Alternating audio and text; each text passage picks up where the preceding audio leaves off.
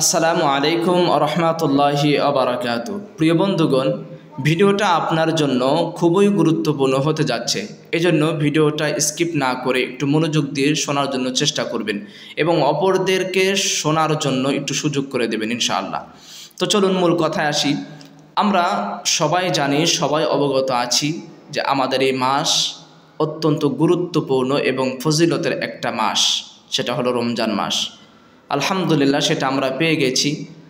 অনেকেই রমজান মাসের রোজা রেখেও দিয়েছি, যেমন সৌদিতে ওনারা শুরু করে দিয়েছেন। তো আমরা আলহামদুলিল্লাহ আজকে থেকে শুরু করব। তো আপনি যদি রোজা রাখতে চান তাহলে অবশ্যই আপনাকে সাহারি খেতে হবে। তো সাহারি আপনি কেন খাবেন এবং সাহারি খেলে আপনার কি উপকার হবে সে বিষয় সম্পর্কে আপনার সামনে অল্প কিছু আলোচনা করব ইনশাআল্লাহ। নবী সাল্লাল্লাহু আলাইহি ওয়াসাল্লাম বলেন, তোমরা সাহারি খাও, কেননা সাহারির মধ্যে বরকত নিহিত আছে, বরকত রয়েছেন। নবী সাল্লাল্লাহু আলাইহি ওয়াসাল্লামের এই একটা বাণী যদি আপনি গভীরভাবে চিন্তা করেন তাহলে আপনি বুঝতে পারবেন যে আল্লাহর নবী সাল্লাল্লাহু আলাইহি ওয়াসাল্লাম এই কথাটা কত গুরুত্বপূর্ণ। নবী সাল্লাল্লাহু আলাইহি ওয়াসাল্লাম বললেন যে তোমরা সাহারি খাও, কেননা এই সাহারির মধ্যে বরকত নিহিত আছে। কিভাবে বরকত নিহিত আছে আপনি যদি একটু গভীরভাবে তাকিয়ে থাকেন বা একটু খেয়াল করে দেখেন, যদি আপনি সাহারি খান অথবা যদি আপনি সাহারি না খেয়ে যদি রোজা রাখতে যান তাহলে এটা আপনার জন্য কষ্টকর হয়ে দাঁড়াবে, আপনার শরীরের জন্য ক্ষতিকর হবে। এই জন্য আল্লাহ নবী সাল্লাল্লাহু আলাইহি ওয়াসাল্লাম আপনাকে সাহারি খাওয়ার জন্য হুকুম দিয়েছেন।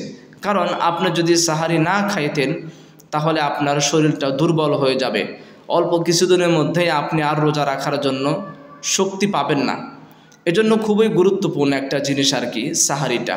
এজন্য আপনি যতদূর সম্ভব সাহারি খাওয়ার জন্য চেষ্টা করবেন। সেটা যাই হোক, আপনি হয়তো একদিন উঠতে পারলেন না, ভাত খাইতে পারলেন না, আপনি হয়তো কি করবেন, এক গ্লাস পানি হলেও আপনি সেটা খেয়ে নেবেন, সেটাও আপনার জন্য বরকত হবে আর কি।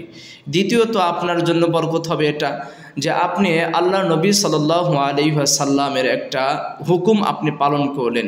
সাহারি খেয়ে আপনি আল্লাহ নবী সাল্লাল্লাহু আলাইহি ওয়াসাল্লামের একটা হুকুম আপনি পালন করলেন।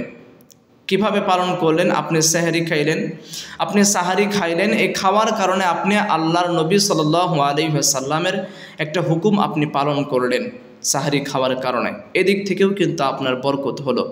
তো ভাই আমার, বন্ধুগণ আমার, তো আমরা চেষ্টা করব সবাই যে আমরা সাহারি খাবো এবং এই সাহারি খাওয়ার পরে আমরা 5 ওয়াক্ত সালাত জামাতবদ্ধ হয়ে মসজিদে এসে আদায় করার জন্য চেষ্টা করব ইনশাআল্লাহ। কারণ এই সালাত কিন্তু আপনার জন্য অত্যন্ত গুরুত্বপূর্ণ একটা ইবাদত। এই সালাত আপনার জন্য অত্যন্ত গুরুত্বপূর্ণ একটা ইবাদত। এজন্য সাহারি খেয়ে মসজিদের দিকে আসবেন, আসার পরে আল্লাহ তাআলার কিছু জিকির আজগার করবেন। সালাতের সময় হয়ে গেলে আপনি সালাত আদায় করে বাড়িতে যাবেন।